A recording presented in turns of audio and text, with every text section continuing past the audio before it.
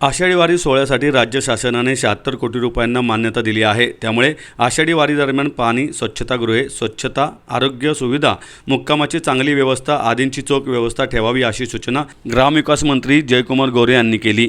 आषाढी वारीच्या पार्श्वभूमीवर विधान भवन येथे जयकुमार गोरे यांनी आढावा बैठक घेतली। त्यावेळी ते बोलत होते। ग्रामविकास आणि पंचायत राज विभागाचे सचिव डॉक्टर चंद्रकांत पुलकुंडवार, विभागीय आयुक्त शीतल तेली उगले, पुणे जिल्हाधिकारी जितेंद्र डोडी, पुणे जिल्हा परिषदेचे मुख्य कार्यकारी अधिकारी गजानन पाटील, सोलापूर जिल्हा परिषदेचे मुख्य कार्यकारी अधिकारी कुशल जैन, पुणे ग्रामीण पोलीस अधीक्षक संदीप सिंह गिल, सोलापूर ग्रामीण पोलीस अधीक्षक अतुल कुलकर्णी, पुणे शहर विशेष शाखेचे पोलीस उपायुक्त डॉक्टर प्रशांत अमृतकर, अप्पर आयुक्त तुषार ठोंबरे यांच्यासह अन्य विभागातील अधिकारी उपस्थित होते। आषाढी वारी दरम्यान पाणी, शौचालये, स्वच्छता, आरोग्य सुविधा, मुक्कामाची चांगली व्यवस्था आदींची चोख व्यवस्था ठेवावी असे सांगून गोरे म्हणाले, ग्रामविकास विभागाने पालखी सोहळ्यासाठी पहिल्यांदाच गेल्या वर्षीपासून निधीची तरतूद ठेवण्यास सुरुवात केली। यावर्षी पालखीसाठी 76 कोटी रुपयांना मान्यता देण्यात आली आहे।